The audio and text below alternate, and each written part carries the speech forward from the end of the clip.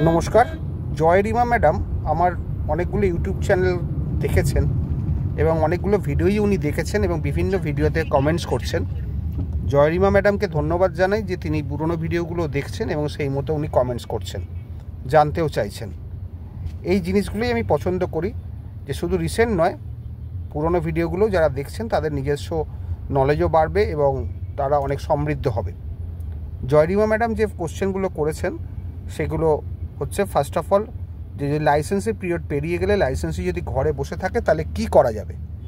Licence period পেরিয়ে গেলে যদি লাইসেন্সি থাকে তাহলে আপনাকে ফার্স্ট অফ অল একটা নোটিশ দিতে হবে, 14 দিনের নোটিশ, বা খুব জোর 1 ক্লিয়ার মান্থ নোটিশ বা 1 মান্থ নোটিশ, যা খুশি। সেখানে বলতে হবে আপনাকে এগ্রিমেন্ট অনুযায়ী এতদিন আপনার থাকার কথা, আপনি এগ্রিমেন্ট টাইম পেরিয়ে গেছে, তা সত্ত্বেও আপনি ছাড়ছেন না, আপনি ইমিডিয়েট এটাকে ছাড়ুন, না হলে আমি 14 দিন বা 1 মাসের মধ্যে মামলা করব। সেখানে আপনার এগেনস্টে শুধু এভিকশান নয়, compensation, means profit, occupation charge চাইব এবং সেই অ্যামাউন্টটা মোটামুটি একটা লিখে দেবেন, মোটা একটা অ্যামাউন্ট লিখে দেবেন। তারপর নোটিশটা স্পিড পোস্ট উইথ এডিট পাঠাবেন, কুরিয়ারেও পাঠাতে পারেন, কোনো অসুবিধা নেই। মেল নাম্বার জানা থাকলে মেলে পাঠাবেন, হোয়াটসঅ্যাপ জানা থাকলে হোয়াটসঅ্যাপে পাঠাবেন, সব কটাতেই পাঠিয়ে দেবেন। আর কোনো রকম যদি টাকা মানি অর্ডার করে বা অনলাইনে আপনাদের পাঠায় সেটা অ্যাকসেপ্ট করবেন না, সঙ্গে সঙ্গে রিটার্ন করে দেবেন। আর যদি দেখেন যে আপনাকে পাঠিয়ে দিচ্ছেন, আপনি জানেন না, বেশ কয়েকদিন বাদে দেখেছেন, তাহলে একটা চিঠি করে সেই টাকাটা আপনি বাই চেক পাঠিয়ে দেবেন বা অনলাইন থ্রু পাঠিয়ে দেবেন। এটা কিন্তু ভুলবেন না। তারপরে সেই নোটিশ পিরিয়ডটা ওভার হওয়ার পরেও যদি না ছাড়ে তা আপনাকে এভিকশন অফ লাইসেন্সের মামলা করতে হবে। সেটা মামলাটা কোথায় হয়?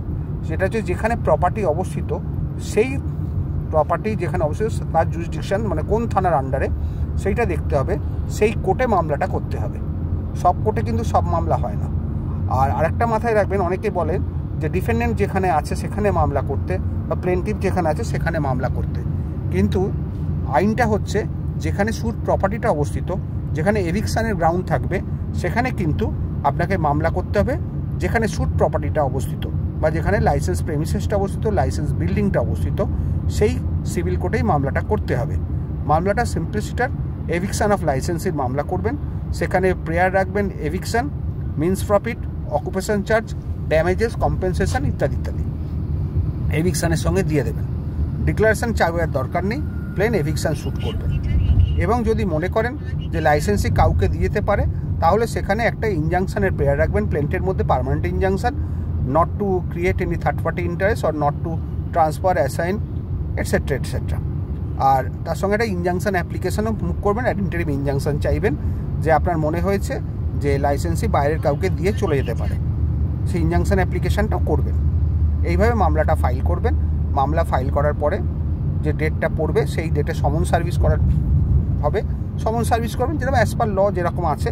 অন্যান্য ভিডিওগুলোতেও আমার আছে, steps to file eviction suit, সেগুলো দেখে নেবেন। আর যদি না পান বলবেন, আমি অবশ্যই আবার বলবো। থ্যাংক ইউ এগেন জয়রিমা ম্যাডামকে।